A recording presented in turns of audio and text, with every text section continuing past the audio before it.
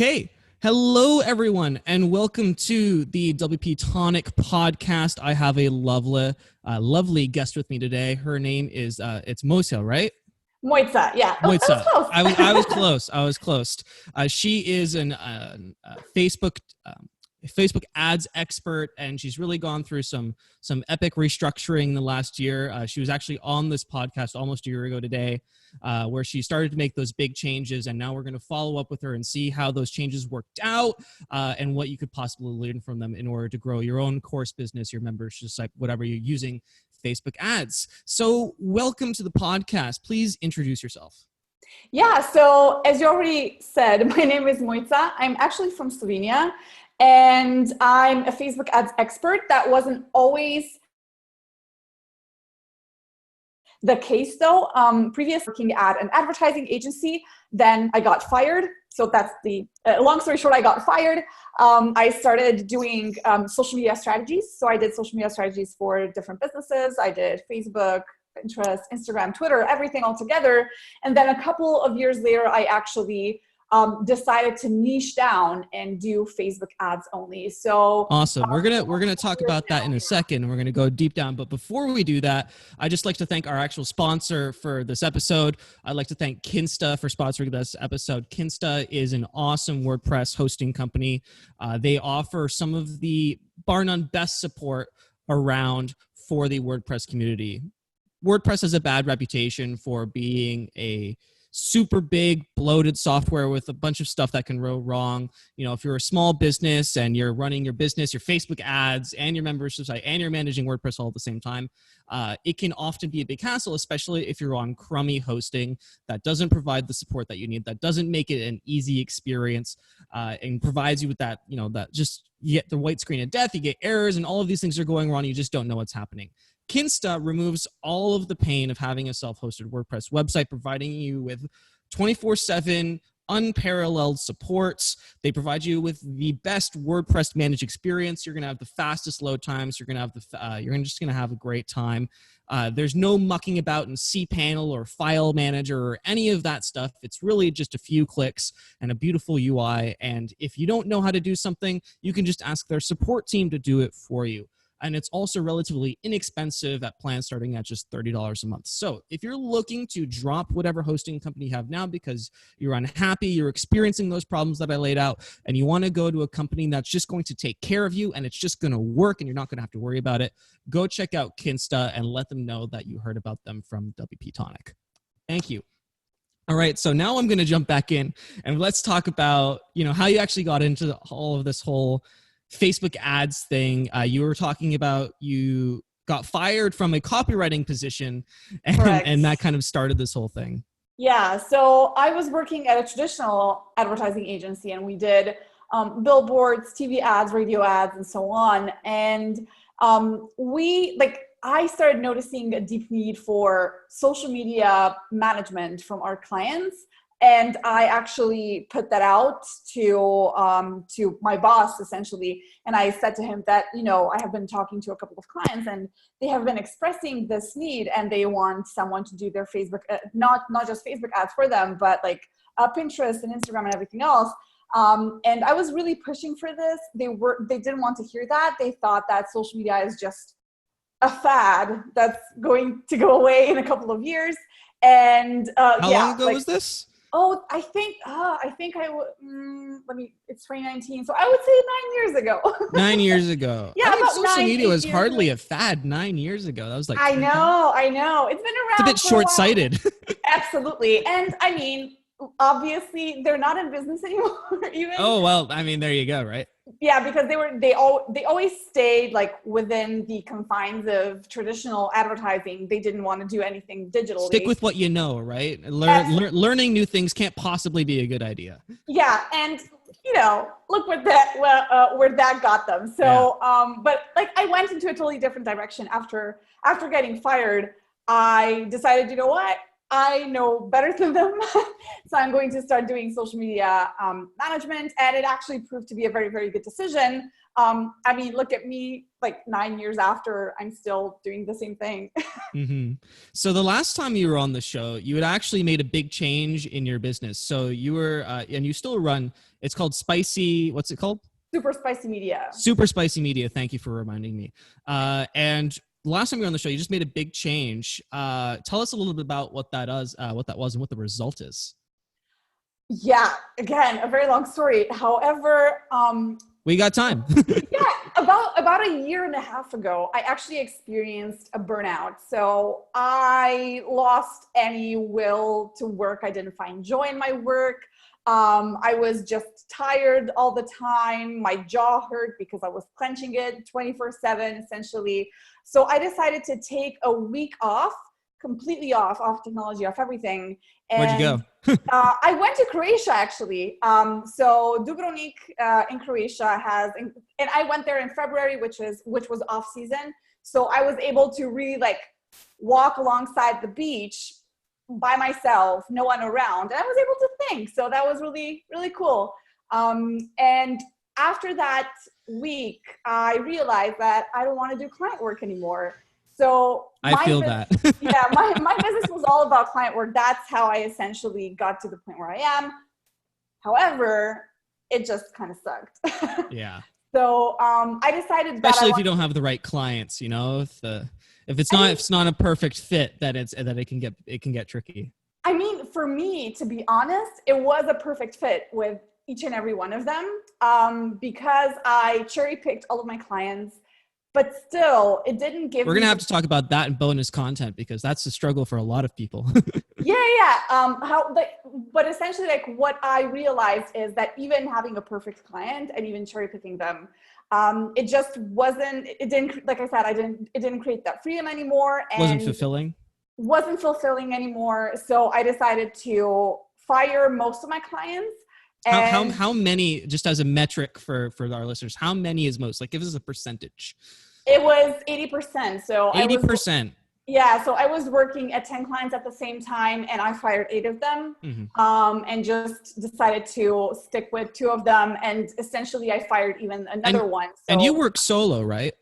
I work, yeah. Well, so like 10 people for like a solo person, that's no small beans. Like, that's a big deal. It definitely is. And before that, like when I went on that vacation, on that time off, I was actually working with one person. So one person was helping me. But when I came back, I was like, you know what?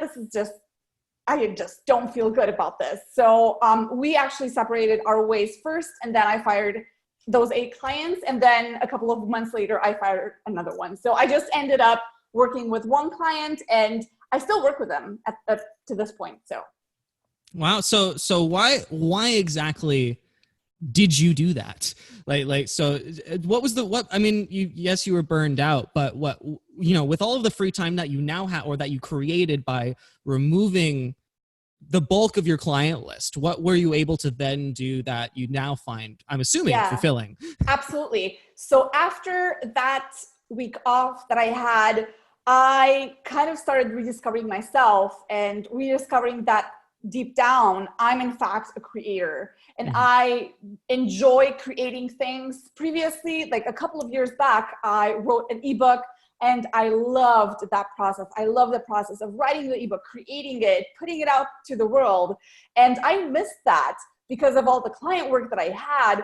I missed that part of my business, like creating things. So because then I fired most of my clients, because I decided that I want to start earning my living by creating educational things and educational products like ebooks, video courses, email courses, and so on. So, and that's culminated. What's one of those words that has this into a course, I'm assuming, that you now provide, right? Correct. So I have been, even when I had clients, I was thinking of having a course. I always wanted to have a video course about Facebook ads, and that never happened because I always postponed it. I mean, probably sounds familiar for a lot of people. I always postponed that because I had a lot of client work, and then I had to do this and that. So I decided, you know what, I'm never ever going to be able to put that course out into the wild if I don't do something about it. Yeah, you have to, you know, there's a rule, there's like a universal law that in order to allow something into your life, you have to remove something out of it. You can't just keep like piling on, and because you're going to feature burnout. So in order, you know, to bring in this list of, or to bring in the creation of this course, you had to remove everything that was taking up all your time. That's right. And I did exactly that. So after I fired most of my clients, I actually went down to action and I started creating the outline of the video course. I put all of that together and essentially put the course out into the wild. I also took a very specific approach with that because I wanted to validate the idea before putting all that time and energy into creating a course. Right. So what I did is I actually started pre-selling the course before recording even a single video. And that went incredibly good. And later, like I had no excuse of not doing this and not pursuing it. Time and time again, you know, people come on the show and they say, had I done it differently, I wish I had pre-sold first.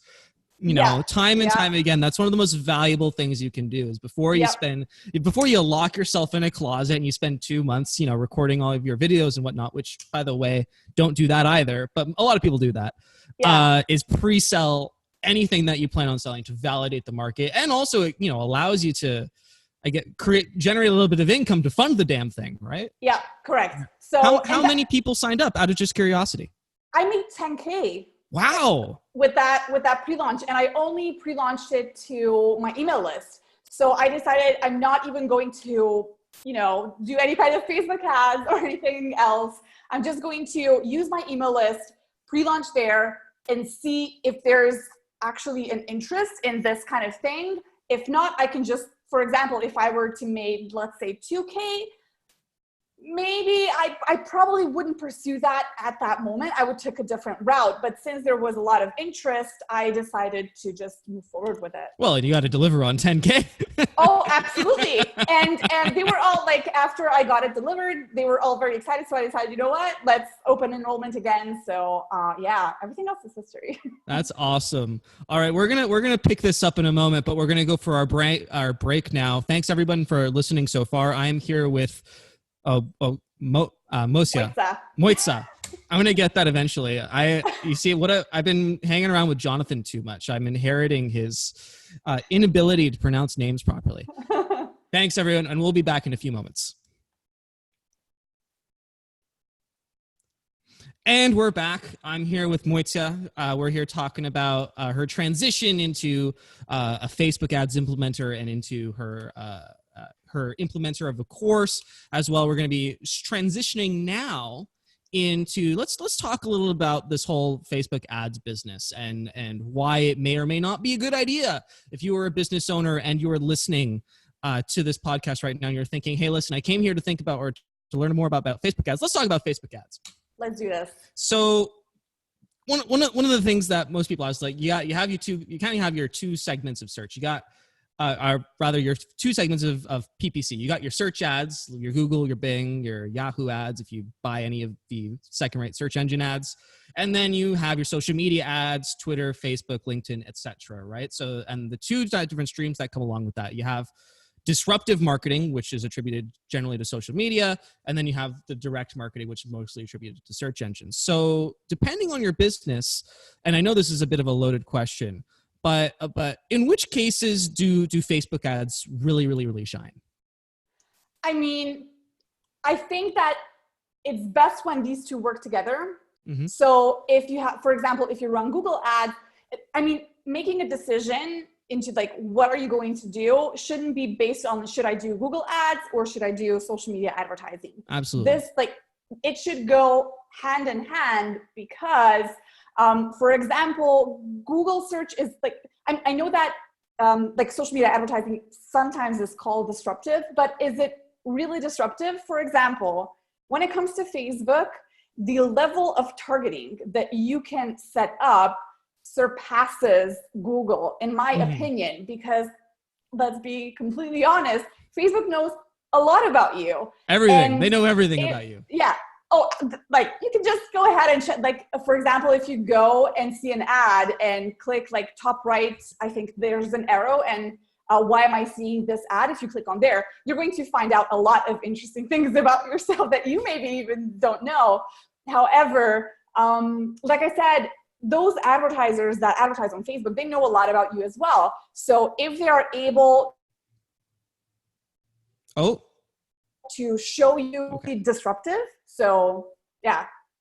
So I guess if you're looking for super highly targeted info, like you want to be able to tell a person's age, you know, if they identify as male or female, or X, I guess these days, if they want to identify, or if you want to identify country, location, language, then you definitely want to go down the Facebook route. None of that really matters to you.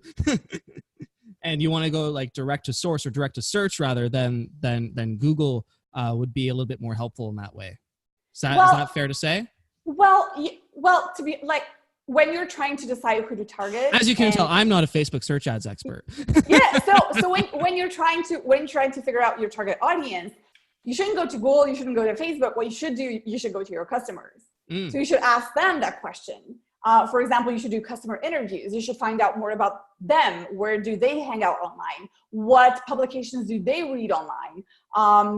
You can do that, for example. You can analyze the people who have liked your Facebook page, and you're going to learn a lot about them, about your actual audience. So it shouldn't be a guessing game, but it should rather be an informed decision that you make after you talk to your existing customer, like actual people. And I think that's super insightful, because, you know, all too often companies will just, let's start an advertising campaign, and they go to Facebook or they go to Google, and then they later realize that none of their audience actually hangs out in those places. Absolutely. So doing it a different way, that helps with Facebook and Google ads as well. Very brilliant. So all right, so given that a company, they go to their customers and they're like, wow, a lot of these people hang on Facebook and in Facebook groups and all of that, whatnot. Given that they've validated that there is an audience there for them to listen, how would they, or what first step should they take in order to start communicating with that audience through the Facebook advertising platform? What's their first step? Yeah, let's actually talk about the first mistake that people typically do. All right, let's do that. It is related to that first step, because what a lot of people think is, okay, now I'm investing real money into Facebook ads. I should be getting something back immediately. So immediately after I invest $10, I should be getting 20 back. And it doesn't work that way. You should look at it from... Before you continue, I just have a personal story about that. I invested almost $3,000 at the start of my company into Facebook ads and never saw a return on that. So I probably made the mistake. So I'm listening intently. Yeah. So what you can imagine that if you're seeing an ad, let's say for a $20 product or a $50 product or a $100 course, and if you're showing that ad to a cold audience, to people who don't even know who you are, they don't know what you do, you're just guessing who your target audience is and showing that ad to those people, it's not going to work. It's like knocking on a stranger's door and asking them to buy something from you. It's never going to happen, or it's rarely going to happen. And it's just not, at the end, it's not going to be worth your time. Right. So instead, you should look at it from a different perspective and start creating first a rapport with your user, with your target audience. So for example, if you're selling a course, you don't want to, let's say, open enrollment to your course on 1st of October and start advertising on 1st of October and advertise that course to a cold audience. What you should be thinking is, how do I grow my authority and establish trust with my target audience before that, with, let's say, giving them something of value, sharing a valuable video with them, sharing blog posts, advertising that blog post. So how do you do that in order to, on 1st of October, when you open enrollment to your course, that you have like that really, really good quality audience? Give us an example of what that might be.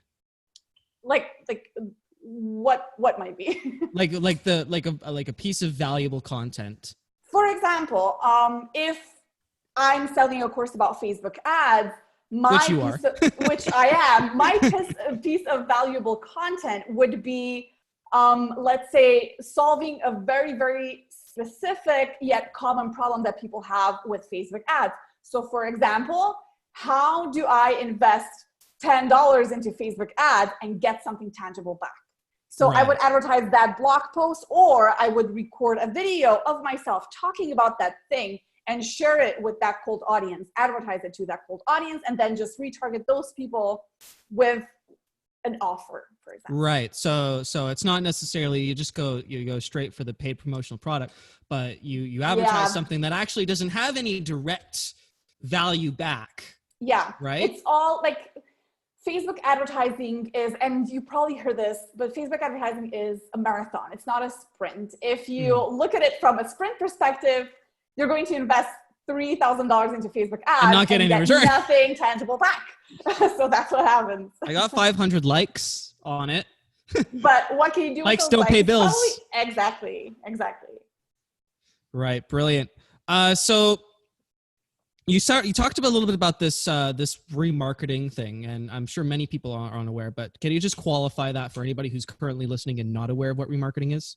Absolutely. So remarketing is retargeting or reaching on Facebook your existing users. So it can be anything from uploading your email list to Facebook and advertising to your email list. It can be uploading a Facebook pixel to your web page and showing your ads to people who visit your web page, or maybe even people who visit specific parts of your web page, or maybe even people who sign up for a lead magnet. So it can be multiple things, but like when it gets down to the core, it's showing your ads to people who already know who you are. Right. And so it's at that point that you can start marketing the stuff that actually costs something, right? Yeah. So like that's where the magic happens. If you advertise your paying product to a cold audience, nothing's crickets. Right. If you advertise your product to people who already know who you are, people who know that you're an authority in, for example, Facebook advertising, people who you've already given value to, that's where the magic happens. And that's why, again, you should look at Facebook advertising as a marathon and not a sprint. Right. So so just for the sake of argument, I'm going to use myself as a use case because I already failed horribly at this. Okay. So I have a free plugin, and what I did was I paid for that free plugin. That's what I was promoting. I wasn't promoting the paid thing. I was promoting the free plugin. But that still didn't really connect. So is there a disconnect between like different types of value that you could provide, or? Like even with the free plugin, you should have something that comes before that. Even if you get downloads of that free plugin, if only that you advertise to a cold audience is a free plugin, you're probably going to end up with just not a good quality audience, because people will only be interested in free. They will never purchase anything. But if you establish some sort of a report before, for example, I have a client, the only client that I have, they own a software business. And they also have like a free version of their product or a free trial. Right. Like if we advertise that free trial to a cold audience, like it's very, very hard to see some tangible results. However, what we do beforehand is we advertise a blog post that kind of revolves around the problem that we are already trying to solve with the free trial. So we advertise that and then retarget people who read that blog post with the free trial. Are you for hire? Actually, like I have one client working on a product, but my Facebook ads course is available. I explain everything in there as well. Yes. This has been lovely. We're actually we're nearing the half-hour mark, so we're actually going to start wrapping this up. So please tell us, you have this awesome Facebook ads course. Tell us where people can go find more about you and what you do, and how they can take that. Yeah, so my Facebook course can be found at thescienceoffacebookads.com. It's a simple sales page with a waiting list if you want to get yourself on a waiting list when the enrollment opens again. But other than that, I write a lot of interesting, valuable blog posts on superspicymedia.com. So if you visit that, you'll be able to learn more about Facebook ads. And if you get stuck at any point, if you're struggling with a very, very specific problem that you have and you cannot solve, you can always contact me at moitza@superspicymedia.com. Thank you. And for those of you who don't know, my name is Adrian. I'm Jonathan's co-host. I am the CEO and founder of Groundhog, and we provide sales and marketing tools for businesses that use WordPress, email marketing, CRM, marketing automation, and all of that cool stuff. So you're interested in learning more about that free tool that you can go use and not through our Facebook ad program, you can go to groundhog.io to download that for absolutely free. Don't even need an email address. You can just install it in your site. So you can go have that if you choose. And for the sake that Jonathan's not here today, Jonathan, who will be returning next week, and I will be gone instead. Jonathan at WP-Tonic is an expert in all things LMS and membership. If you are looking for help in building out a membership site or an LMS learning site coupled with marketing automation, then you can contact Jonathan at WP-Tonic to learn more about his service offerings and how he can help you grow your business. Thank you. If you're watching this live, you can stay on with us for some bonus content. If not, we will see everybody next week. Thank you, everyone.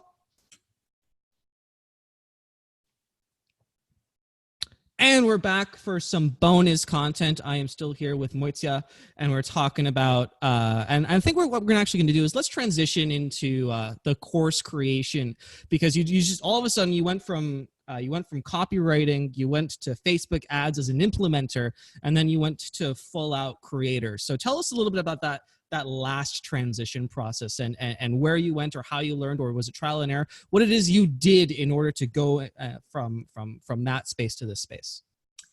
First of all, creating a course is incredibly difficult. Yes. And I never, it's worth it at the end. However, it's incredibly difficult to come to a point where it's worth it. It's not, when I talk to other course creators about this, they were all like, yeah, it took me 3 months to create a course. I was like, 3 months? I got this in 1 month. Wasn't the case. And it's incredible. If you're doing it on your own, like I was, you're responsible for creating the course, creating an outline, recording the videos, editing the videos. Then you have marketing. You have to write your emails. You have to write your sales page. You have to put together your sales page. So it's incredibly difficult and very, very hardworking process, but I got it managed. It's it definitely requires a completely different skill set than implementing Facebook ads for your clients. Is there anywhere that you went or any resources that you used in order to learn about that process? Not really. No, just went full trial and error. Absolutely. The only kind of resource that I had were my friends and my colleagues who I reached out for help. So whenever I was stuck, for example, like a stupid example, but I didn't know which course platform to use. I was like, there are several different ones. There are many. There are a lot. Yeah. Like which ones to use. And I went to them for advice. They gave me an advice and I basically followed their advice. Just out of curiosity, which one did you end up going with? So I use Podia, and I'm incredibly satisfied. I wouldn't go in any other way because Podia was incredibly. It was simple to get started with. So when I was talking to other course creators, they were like, everything else was too complex, and it diverted your attention away from the actual creation of the course. You spent more time building courses, landing page and everything, and upselling and so on. But I just wanted to put that course together, put it out there and sell it. And Podia actually enabled me that, because they are so at the core is just, creating, and that's it. But yeah, to be honest, after the initial launch or pre-launch, I decided to actually reach out to Amy Hoy and Alex Hillman as well from 30 by 500 or from Stacking the Bricks. And they're well versed in course creation and essentially earning a living through selling educational products. Because at one point after the pre-launch and after opening enrollment again, I was stuck. I didn't know how to grow beyond that point. And now we're kind of working together. So they're mentoring me through the process as well, giving me additional feedback on what to do. Right. So earlier on, you talked about when you actually went to go build this thing, you fired your clients. Yeah, you collected pre-sales, and we talked a little bit, very briefly, about how and why that's a good idea. But let's talk about where, first off, where you got the list and how you collected it, and second off, how you managed to create $10,000 worth of pre-sale for a course that doesn't exist yet, because I'm sure many people are interested to know how you did that. Regarding my email list, I have been collecting those emails for years. So I have always been writing a blog post. I knew that this is something that I need to do if I want to grow my audience, if I want to establish some sort of authority in the Facebook advertising space. So my blog posts were always there. I had like a free Facebook ads course that I also created. So that was there. However, I do have to point out that my email list is not of the best quality. So when I don't get a lot of emails open because like a couple years back, I launched a lead magnet that attracted the wrong kind of audience. And I'm still cleaning that email list. However, even with the email list that I had, and even with just a very low percentage point that opened my emails, I managed to pre-sell 10K of my course.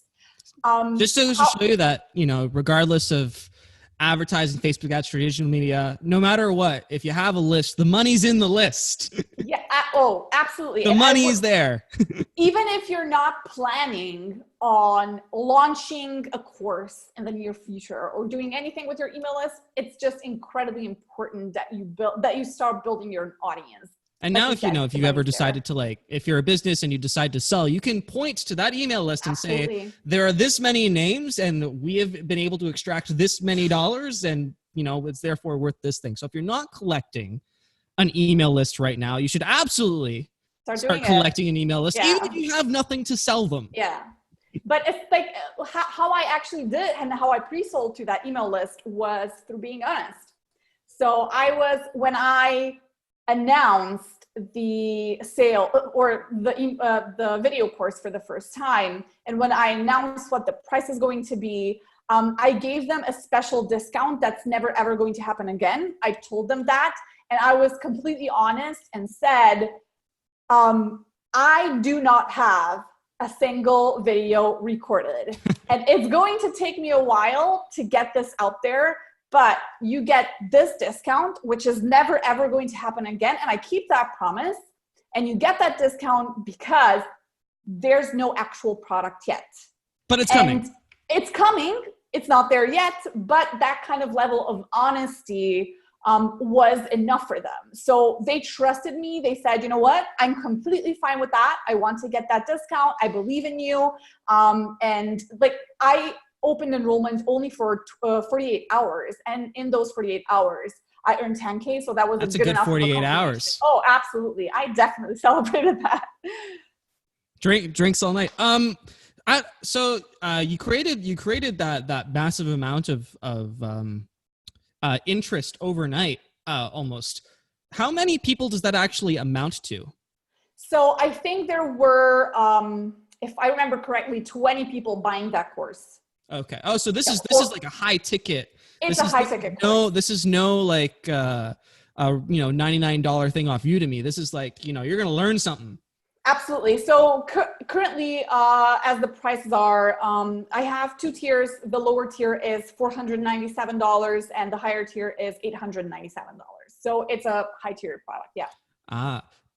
And this is actually a question that we actually ask a lot, or we get various opinions on it, is where to price one's course based on, the amount of content that they have or the value of the content. A lot of people just go straight for, hey, listen, there's a lot of competition out there. What I want to do is I want to undercut the price, and they want to go super low, like $37, $97, right? And they want to go that sub $100. But obviously, there is a direct relation in between the perception of value with higher ticket versus, I'm going to spend very, very little money on it. For sure. So and that was another process that I had to go through. Like, what's the price of the course going to be? What am I worth? What is my knowledge worth? Exactly. So I wasn't really sure in which direction to go. But again, I talked to a bunch of different people, and they essentially told me that I shouldn't look at my competitors at what their prices are. I shouldn't base my price on, for example, the hours of content that I have or do not have, but like, what's the value in the course worth? How much will they get back after they spend that amount of money? And right. So if they spend like $800, but they go out and make 8,000. Absolutely. Absolutely. The knowledge that they get through with that course is worth a lot more than those $800 or $900 or $500 that they spend on the course. Right. And how many, just out of curiosity, so you did manage to, but you've actually been doing this for almost a year now. Where are you today? So that's a very good question, because there's a very interesting story behind it. So when I opened enrollment, I sold 20 spots, and then I think I did like a Black Friday sales again, and a couple of different like I opened enrollment for a very short period of time, and I got, let's say, about 8 sales from that. And then because I do the open close enrollment, that essentially stopped because I wasn't doing anything. And then I contacted Amy and Alex to help me with the next opening of enrollment. Right. And so for anybody who's not familiar with the strategy, can you explain the open close enrollment strategy? So you cannot access if you buy it, you can access it all the time, but you cannot buy my course all the time. So you can only buy it when I open enrollment, and I open enrollment so far 2 times a year. So 2 times a year, you can join my course. Outside of that, you cannot join. And just, I mean, I know, but why would you want to do that? What's the net result of using this strategy? It creates a lot more interest. That's for sure. So it's not like when people need to decide, am I going to buy the course or am I not going to buy the course? If there's like an evergreen promotion, if your course is always available, people are like, maybe I'll buy it at a different time. But with an open and closed cart, you essentially create a sense of urgency. And right. So it's like, if I don't get it now, I'm not going to be able to get it in the future. That was definitely one of the reasons. The second reason was, as you already know, Facebook changes things all the time. So when I close enrollment, I go back into the science of Facebook ads, re-record a couple of the videos. I have to update a couple of like PDFs that I have. So that enables me, or essentially like it creates a little bit of free time where I can do that. Fair enough. And before I took us on that tangent, we were talking about, you were doing that and then you went to Adam and... it's Amy and Alex. Amy and Alex. So yeah, I reached out to them because I needed help with doing this for a living. Right now, I still haven't, like what I want to do is essentially, I want to do a transition from doing client work to selling products and earning my living through selling products only. It's such a long process, considering that I was previously earning $13K a month with client work. Getting $13K a month by selling products, I mean, it's definitely a long process. Yeah. So I needed their help. And when I opened enrollment for, I think it was like the 3rd time with them, we expected a lot more. So we expected to earn at least $5K, but the growth kind of stopped at $3,900. So then we by the way, we recorded all of that process. So we have a video series called Changing Gears, where I record what I'm doing. So step by step, like this is what I'm doing. I'm writing the emails, I'm opening enrollment. So we weren't satisfied. And I recorded that process as well. Like I had a really bad day. The sales stopped at $3,900. I couldn't do anything. I closed the enrollment and we had to go back to the drawing board and update a couple of things and update our plan. So what we're now going to do, we're going to switch directions again. So the course is there. I'm going to open enrollment in 2020. But what I'm now going to do is I'll start